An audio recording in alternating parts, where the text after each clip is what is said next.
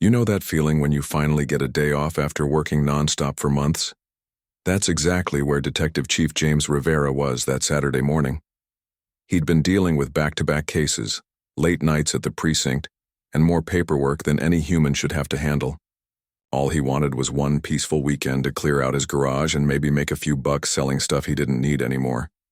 James had been planning this garage sale for weeks. Nothing fancy, just your typical suburban yard sale. He'd gone through the HOA handbook the night before, making sure he wasn't breaking any rules. The regulation said residents could have one personal sale per year, without any special permits, as long as it didn't block the sidewalk or create a public nuisance. Simple enough, right? By 9 in the morning, James had everything set up. Old furniture, some power tools he'd replaced, boxes of books, kitchen items his ex-wife had left behind, and a bunch of sporting equipment he'd optimistically bought but never used. A few neighbors stopped by early, chatting about the weather and asking prices. It was actually kinda nice, the sort of normal Saturday morning he rarely got to experience. Around 10:30, James was helping a young couple load a coffee table into their truck when he noticed her. A woman in her mid-50s wearing pressed, khaki pants and a polo shirt like she was heading to a country club was standing at the end of his driveway. She had a clipboard in one hand and her phone in the other, and she was staring at his setup with the kind of expression you'd reserve for finding garbage dumped on your lawn. James had seen her before at HOA meetings. Linda something. She was always the one raising her hand to complain about someone's mailbox being the wrong shade of beige, or a neighbor's holiday decorations staying up 3 days too long. The kind of person who seemed to believe that being on the HOA board was equivalent to being a Supreme Court justice. She marched up the driveway with purpose, her sensible walking shoes clacking against the concrete. James finished with the couple and turned to face her, already sensing this wasn't going to be a friendly visit. "Excuse me," she said, not bothering with pleasantries. "Are you aware that you're in violation of HOA regulations?" James kept his tone polite. "Good morning, Linda. I actually checked the bylaws. Residents are allowed one personal sale per year without additional permits." She flipped through papers on her clipboard, her lips pressed into a thin line. "That's for established residents who've been properly vetted. I don't recall seeing any notification about this event. The handbook doesn't require notification for a single-day personal sale," James replied calmly. Years of dealing with difficult people in his job had taught him to stay level-headed. "I'm following all the guidelines, not blocking the sidewalk, keeping the noise down, and I'll have everything cleared by 6. Linda's face started to flush. "This is clearly a commercial operation. You have multiple customers, organized displays, and you're conducting transactions on HOA property." "My driveway isn't HOA property," James pointed out, still keeping his voice friendly. "And selling. My used furniture doesn't make this commercial any more than you selling your old clothes would be." A young mother with 2 kids approached, asking about a bicycle James had put out. He excused himself to help her, watching Linda out of the corner of his eye. She didn't leave. Instead, she walked around the perimeter of his sale, taking photos with her phone. Not just casual snapshots either. She was photographing everything: his items, the customers browsing, his license plate, even the inside of his garage where you could see some boxes stacked. The thing was, James noticed details for a living. It's what made him good at his job, and something about the way Linda was documenting everything felt off. Most HOA busybodies would complain loudly and storm off. Linda was being methodical, systematic, almost like she was building a case. After about 20 minutes of this, she came back to where James was sorting through a box of DVDs with an elderly gentleman. "I'm filing a formal complaint," she announced. "This unauthorized commercial activity is unacceptable, and I'm reporting it to the entire board." "You do what you need to do," James said evenly. "I'm confident I'm within my rights here." Linda's jaw clenched. "We'll see about that." She took one more photo, this time of James himself, and then turned on her heel and walked back down the driveway.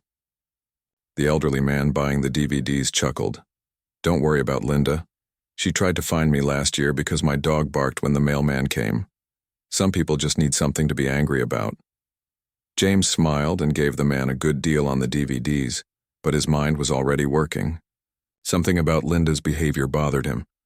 The excessive photographing, the way she'd captured his license plate and even tried to get shots through his car window. It felt less like HOA enforcement and more like surveillance. The rest of the sale went smoothly. James made a few $100s, cleared out a bunch of clutter, and actually enjoyed chatting with his neighbors. Several people mentioned that Linda had been on a complaint spree lately, filing violations against at least 5 different households in the past month.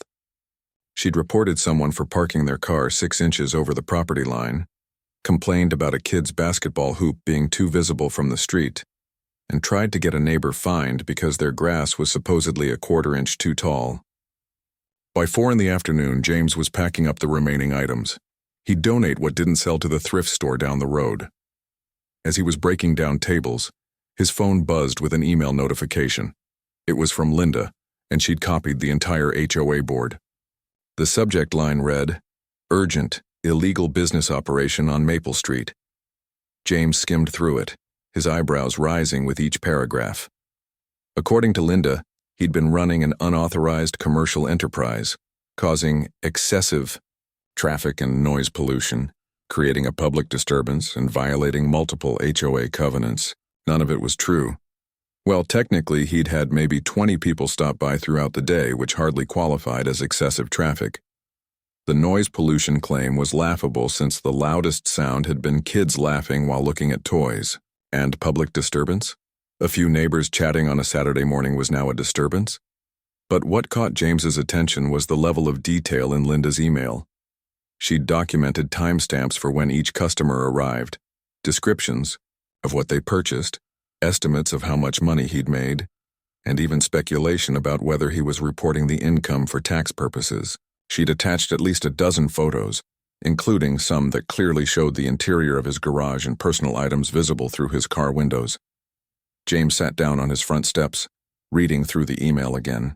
As a detective, he'd learned to trust his instincts, and right now they were telling him something was wrong. This wasn't normal HOA pettiness. This was something else entirely. He thought about responding immediately, defending himself point by point. But another part of his training kicked in. Sometimes the best move was to stay quiet and see what happened next. Let people reveal themselves. James deleted the email notification from his phone and went back to cleaning up. Whatever Linda was planning, he had a feeling this garage sale was just the beginning. And if there was one thing James had learned in 20 years of police work, it was that people who needed to control everything usually had something to hide. He just didn't know yet how right he was going to be. The following Monday morning, James woke up to find a bright orange violation notice stuck to his front door. He pulled it off, still holding his coffee mug, and read through it while standing on his porch in his bathrobe. According to the notice, his trash bins had been left on the curb past the allowed time on collection day.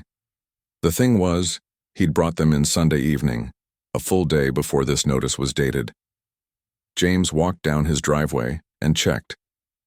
Sure enough, both bins were exactly where they should be, tucked neatly beside his garage. He took a photo with his phone, noting the timestamp, and went back inside. This was Linda's handiwork, no question about it. Wednesday brought another notice. This time his lawn was allegedly in violation of the height requirements. James went outside with a tape measure, feeling slightly ridiculous, and measured his grass in several spots. The longest blade he found was 2.5 inches. The HOA maximum was 4 inches. He took more photos, documented everything, and filed it away. By Friday, there was a third notice claiming his vehicle had an oil leak that was staining the street. James walked around his car, a 3-year-old sedan that he maintained religiously. There wasn't a single drop of oil anywhere. The concrete beneath was spotless. More photos, more documentation. What bothered James wasn't the false complaints themselves. He'd dealt with worse harassment in his line of work. What bothered him was the pattern. Linda was filing these violations on a schedule, escalating systematically, building what she probably thought was an ironclad case against him. But why put in this much effort over a garage sale he'd had every legal right to hold? At the precinct, James mentioned it casually to his partner, Detective Tony Chen, while they were reviewing case files. Tony laughed. Man, HOA drama is the worst. My sister had one of those board members who measured everyone's Christmas lights too. Make sure no one had more than their neighbor. Some people just need a hobby. Yeah, probably, James agreed. But something still nagged at him. He'd spent 2 decades reading people, understanding motives, and Linda's behavior felt excessive even for a power-hungry HOA board member. The weekend brought a new development. James was leaving for his morning run when his neighbor from across the street, an older guy named Robert, called out to him. Robert was retired military, the kind of neighbor who kept his yard immaculate and waved to everyone who passed by. Hey, James, got a minute? Robert jogged across the street looking concerned. I wanted to give you a heads up. Linda came by yesterday asking questions about you. James stopped stretching. What kind of questions? Weird stuff, man. Like what hours you usually leave for work, whether you travel a lot, if you have a security system. I told her it was none of her business, but she claimed she was doing some kind of neighborhood safety survey. Robert shook his head. 20 years in the Marines, I know when someone's gathering intel. Thought you should know. Thanks, Robert. I appreciate it. Also, Robert lowered his voice. She asked if I'd be willing to sign a petition to have you removed from the neighborhood for being a nuisance. I told her where she could stick her petition. After his run, James couldn't shake the conversation. He showered, changed, and did something he normally wouldn't do on a Saturday. He started checking his home security footage. He'd installed cameras a year ago, mainly because he'd worked too many burglary cases and figured prevention was smart. What he found made him sit up straighter. Over the past 2 weeks, Linda had driven past his house 17 times. His street wasn't a through street, it was a cul-de-sac. There was no reason for her to be there unless she was specifically coming to his house. In several clips, she slowed down to a crawl in front of his property, clearly looking at something. In one video from Wednesday, she'd actually gotten out of her car and walked up his driveway while he was at work, peering into his garage windows. James made copies of all the footage and filed it away. His detective instincts were in full gear now. Monday brought the HOA board meeting Linda had been pushing for. James had received an official notice, requiring him to attend and address multiple violations and community concerns. The meeting was scheduled for 7 in the evening at the community center. Before the meeting, James did what he always did before any important confrontation. He prepared. He printed out every fake violation notice with corresponding photos proving they were false. He compiled the HOA bylaws with highlighted sections showing he'd followed every rule. He even prepared a timeline of Linda's surveillance, though he wasn't sure yet if he'd use it. When he arrived at the community center, he was surprised by the turnout. Usually these meetings had maybe 8 people. Tonight there were at least 30 residents packed into the room. Linda had apparently been busy spreading the word that something dramatic was happening. Linda sat at the board table with 4 other board members, and she had a stack of papers in front of her that looked like a novel. James took a seat in the back row and waited. The meeting started with typical HOA business, budget reports, landscaping contracts, approval for someone's fence installation. Then the board president, a tired-looking woman named Patricia, sighed and said, "All right, let's address the complaint that's been filed regarding the property at 847 Maple Street." Linda practically leaped to her feet. "Thank you, Patricia. I've prepared a comprehensive report documenting a pattern of violations and disregard for our community standards." For the next 20 minutes, Linda presented her case. She had photos blown up on poster boards. She had a timeline. She had a list of witnesses who'd supposedly complained about the garage sale, though James noticed she didn't name any of them. She talked about the sanctity of HOA regulations, the importance of maintaining property values, and the dangers of allowing residents to think they're above the rules. James watched the other board members. 2 looked bored. One was checking his phone. Patricia looked like she wanted to be anywhere else. But Linda was in her element, voice rising with passion as she described each alleged violation in excruciating detail. When she finally finished, Patricia turned to James. "Mr. Rivera, would you like to respond?" James stood up carrying a single folder. He didn't rush. He'd learned a long time ago that calm, measured responses carried more weight than emotional outbursts. "I appreciate everyone's time tonight," he started.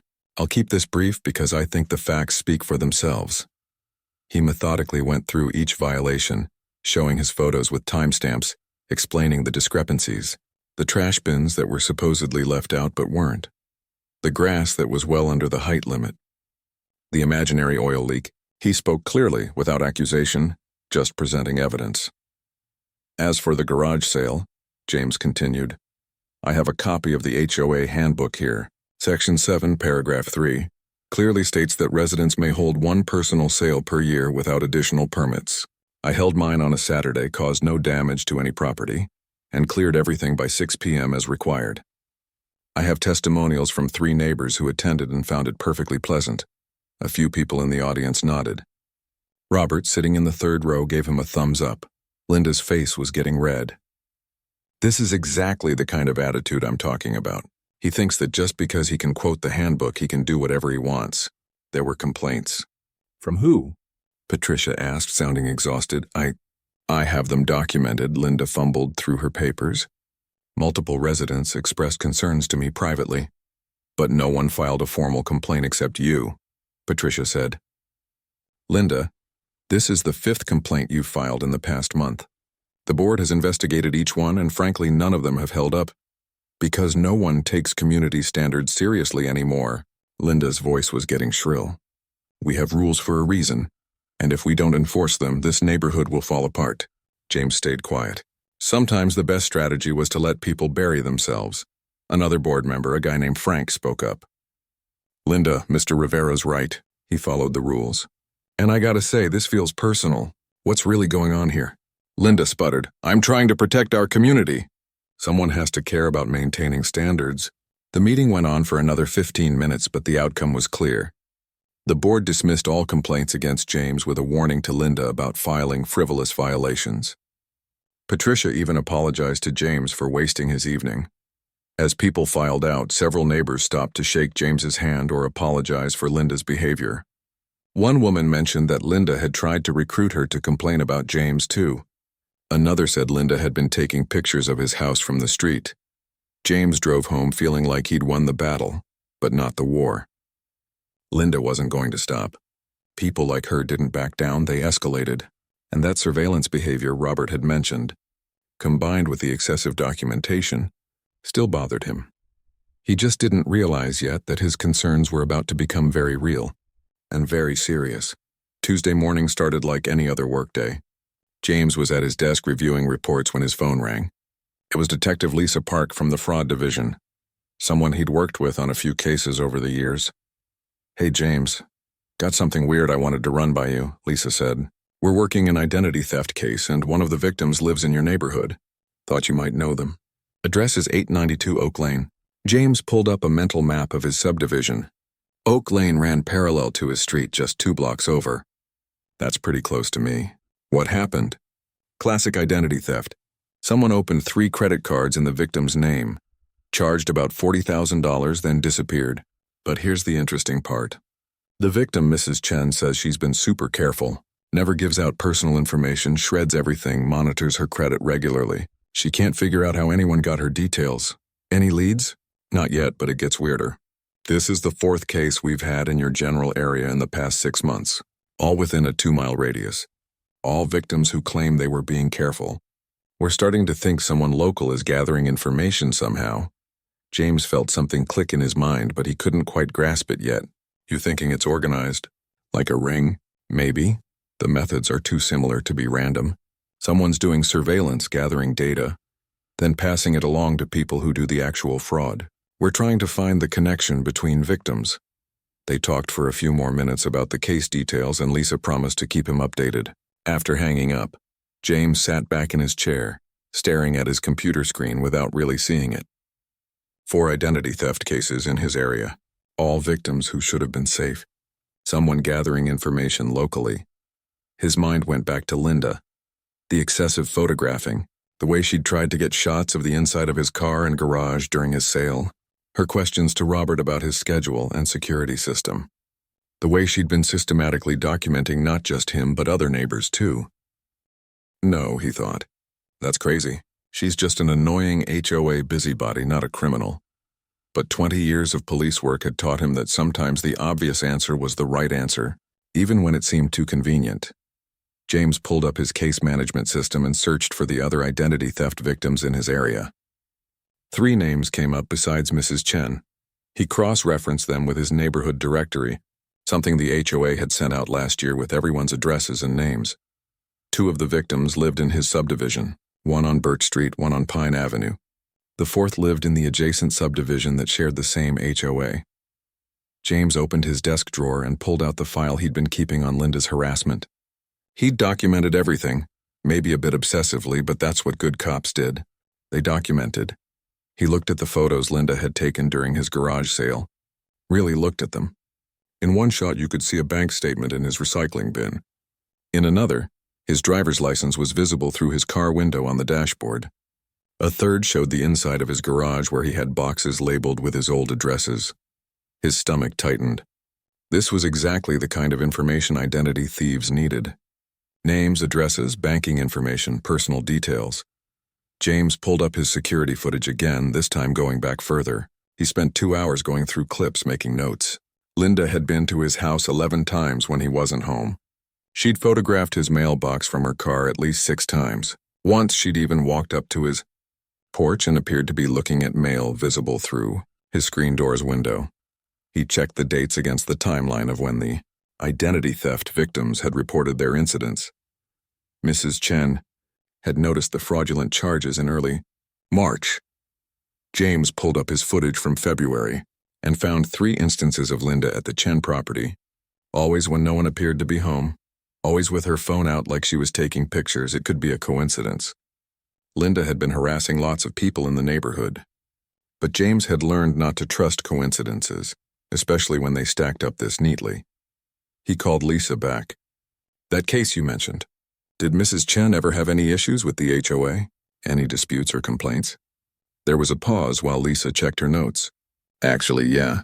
She mentioned that she'd gotten into it with some woman on the HOA board who was trying to fine her for having the wrong color curtains or something. She said the woman was crazy, kept coming by her house taking pictures. Why?" James felt that familiar sensation he got when a case started coming together.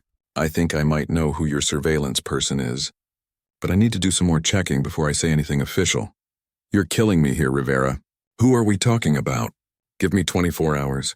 If I'm right, I'll have enough to bring her in for questioning. If I'm wrong, I just look like an idiot with a personal grudge."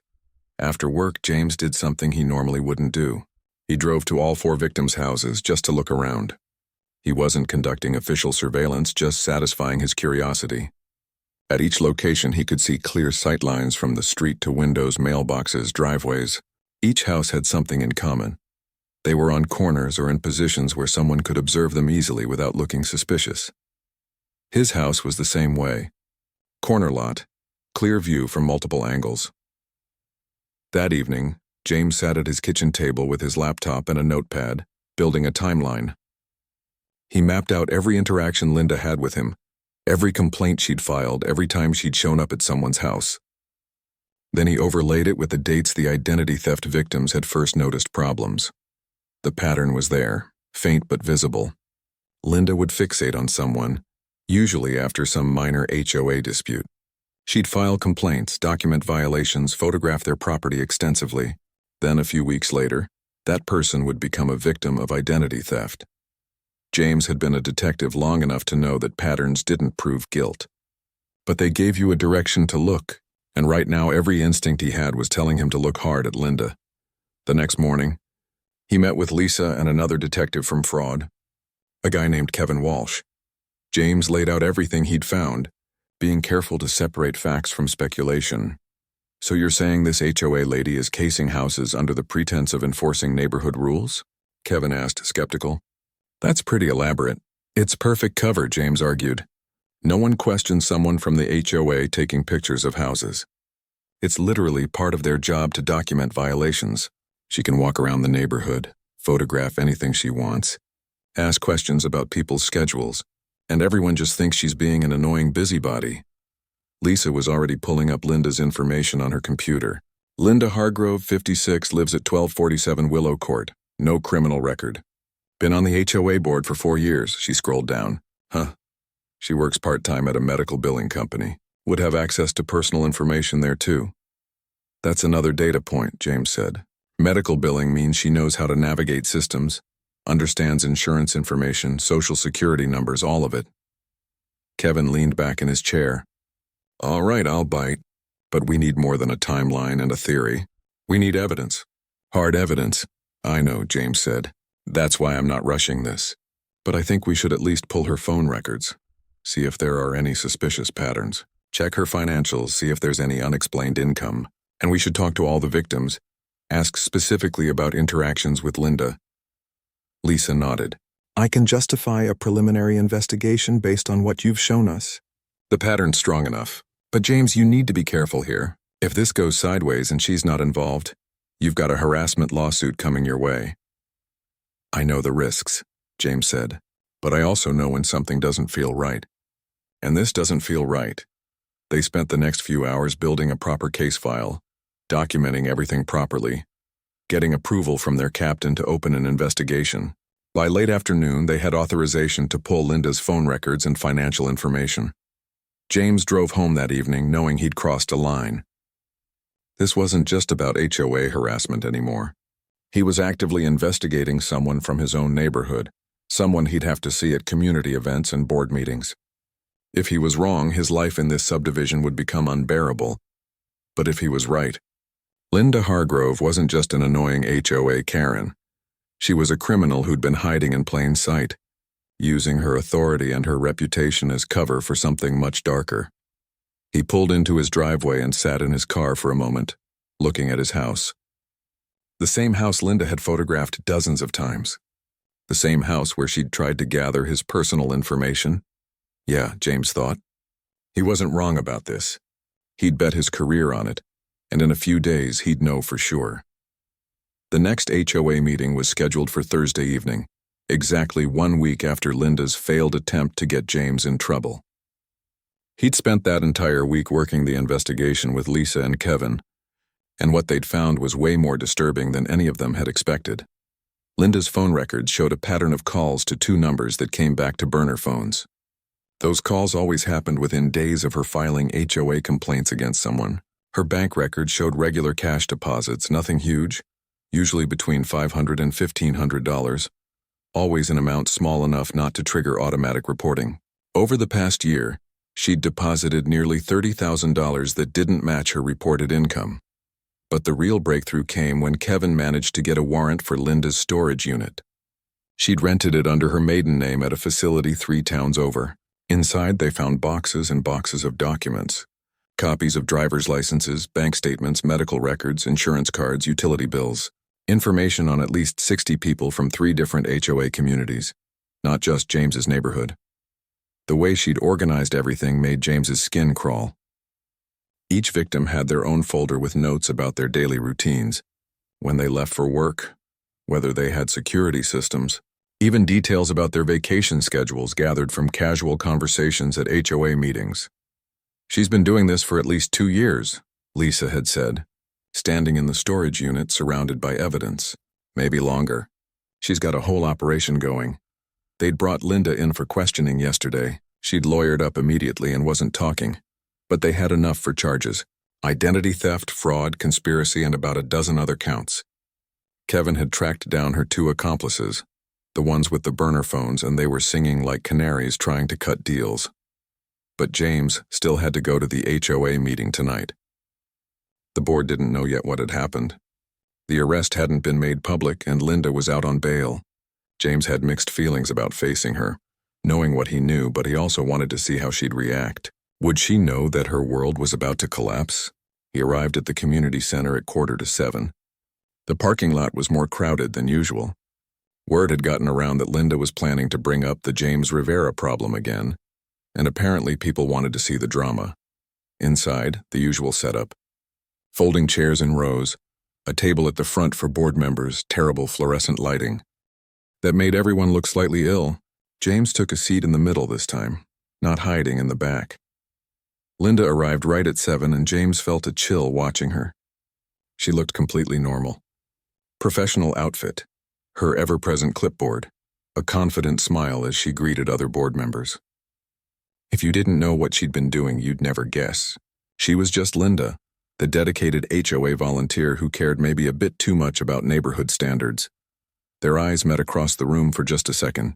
James kept his expression neutral, but he saw something flicker in Linda's face. Uncertainty, maybe, or calculation. She looked away first. The meeting started with the usual boring stuff. Budget reports, landscaping bids, someone wanting permission to install a new fence. James half listened, watching Linda. She was fidgeting with her pen, which wasn't like her.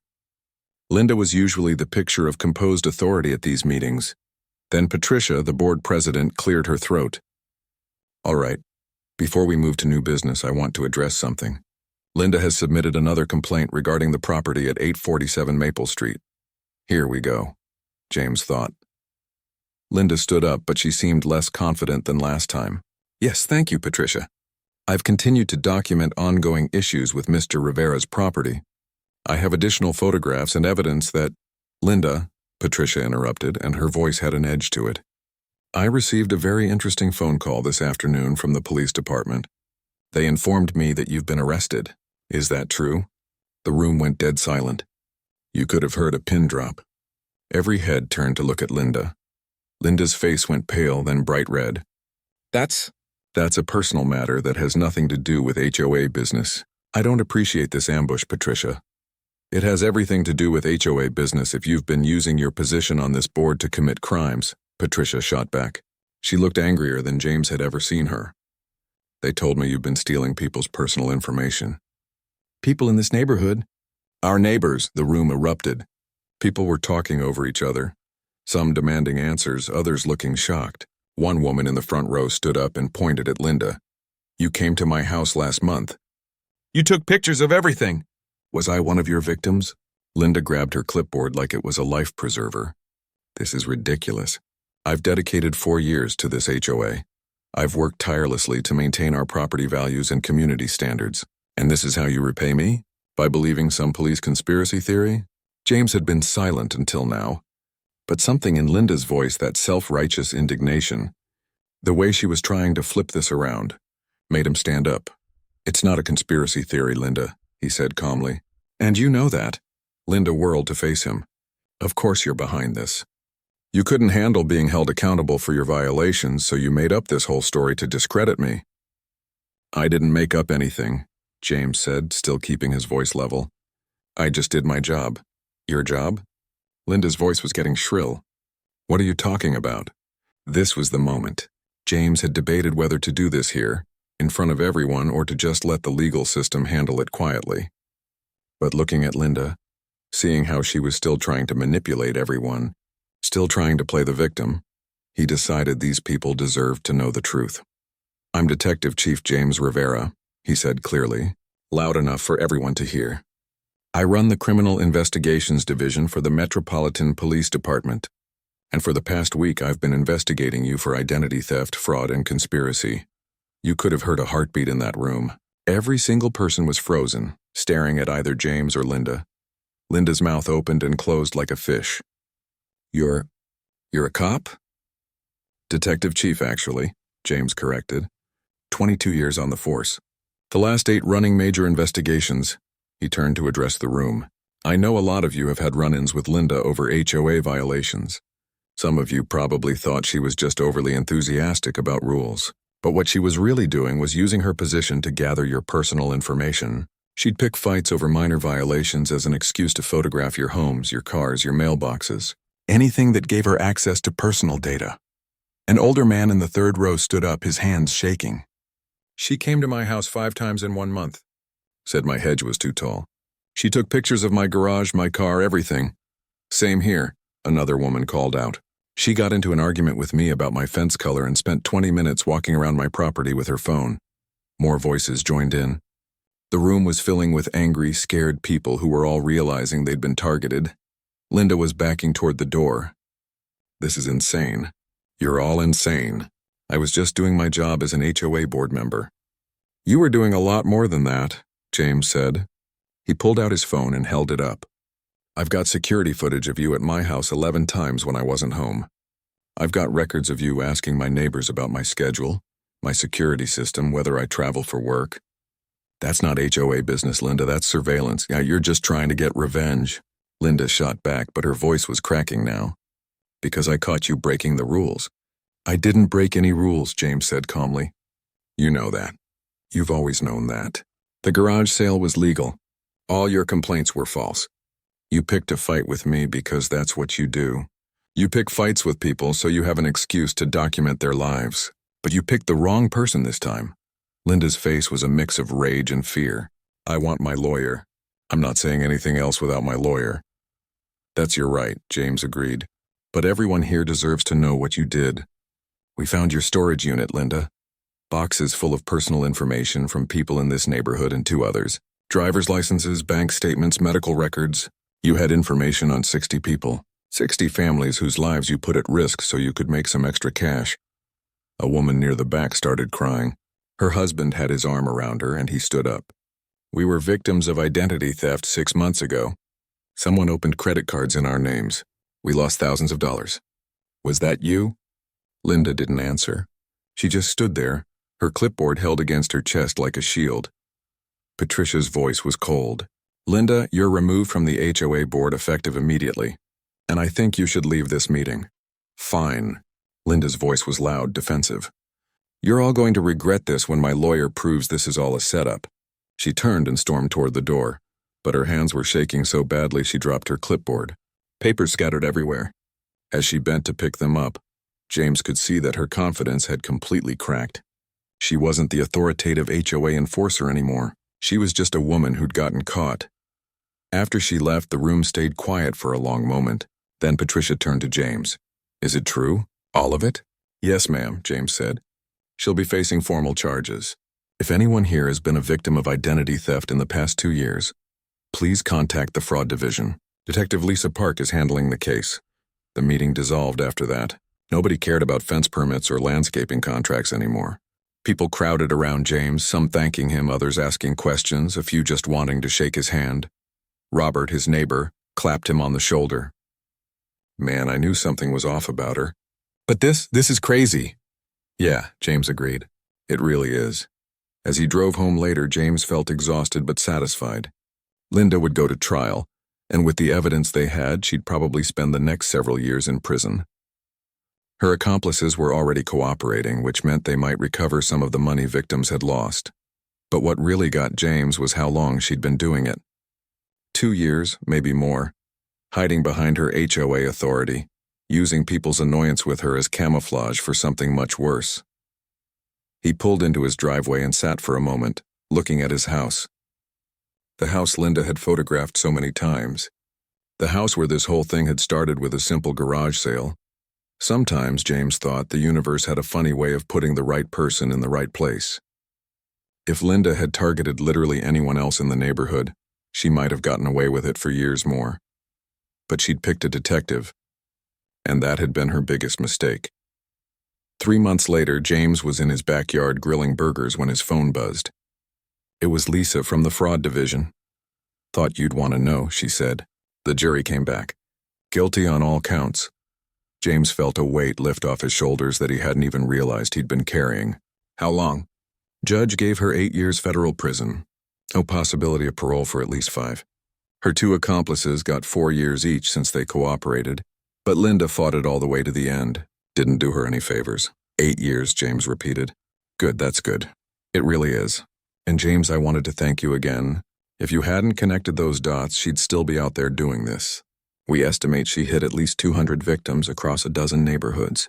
The restitution alone is going to be in the millions. After hanging up, James stood there for a moment, spatula in hand, thinking about how this whole thing had started. A simple garage sale. A woman with a clipboard and too much authority. If she'd just left him alone. If she'd just let the garage sale go, none of this would have happened.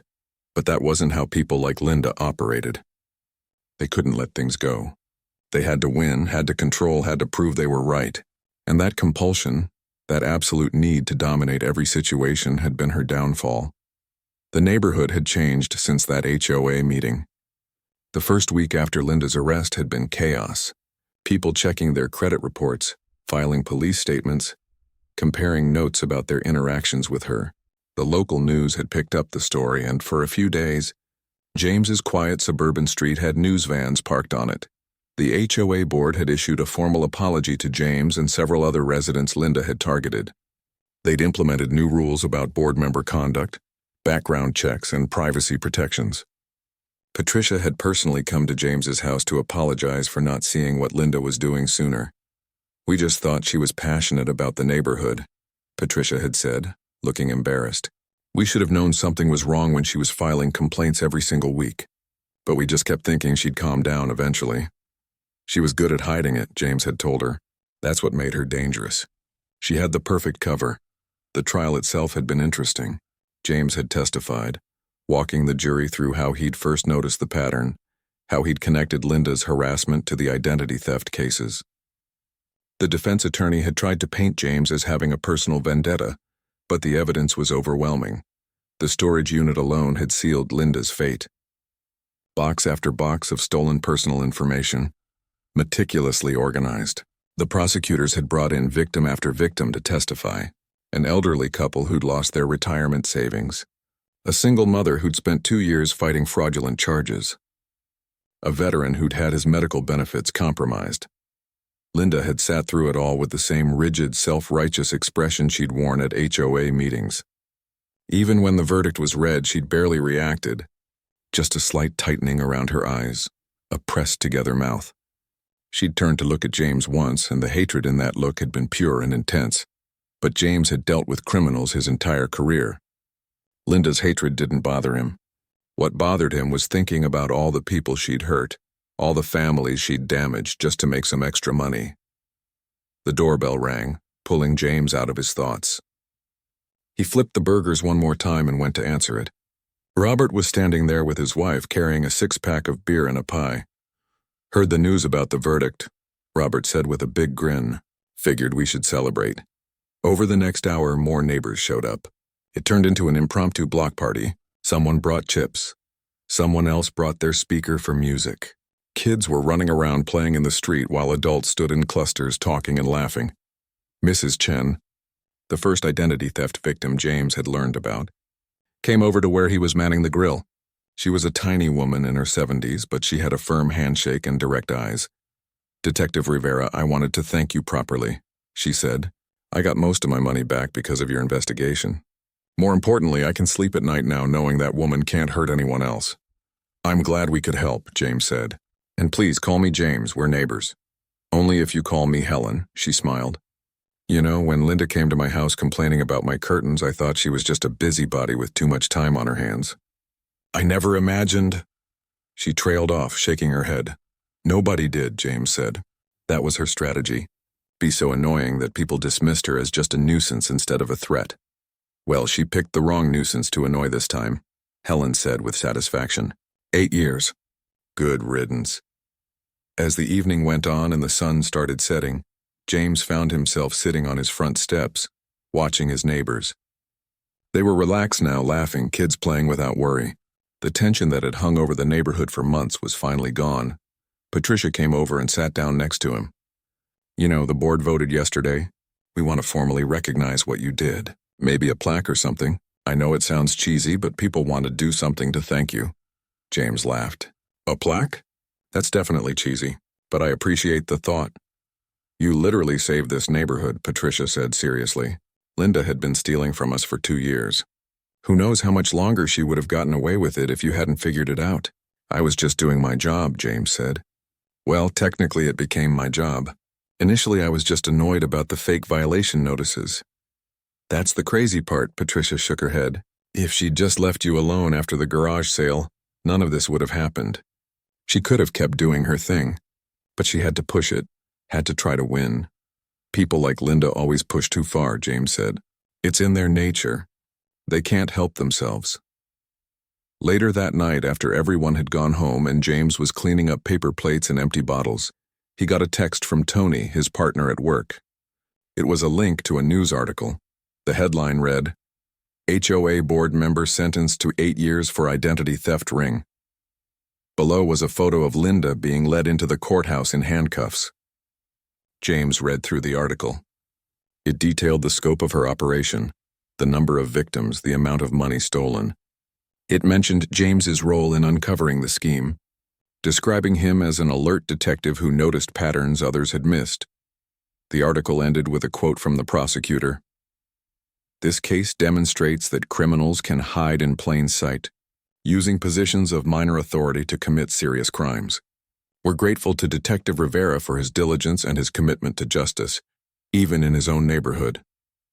James set his phone down and looked at his house, the same house where this had all started. He thought about that Saturday morning when he just wanted to have a garage sale and clear out some clutter. How Linda had marched up his driveway with her clipboard, so sure of her authority, so confident she could bully him into submission. If she'd done even basic research on him, she would have known who he was. She would have seen that picking a fight with a detective chief was probably the worst possible strategy. But Linda had been so wrapped up in her own sense of power, so convinced of her righteousness that she'd never even considered checking. That was the thing about bullies, James thought.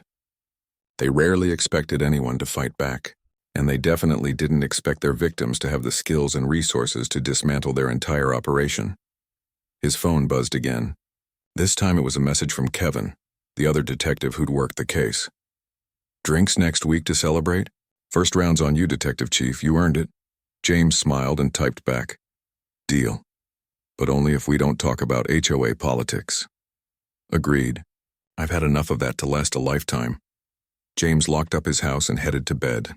Tomorrow he'd be back at work dealing with new cases, new criminals, new problems to solve.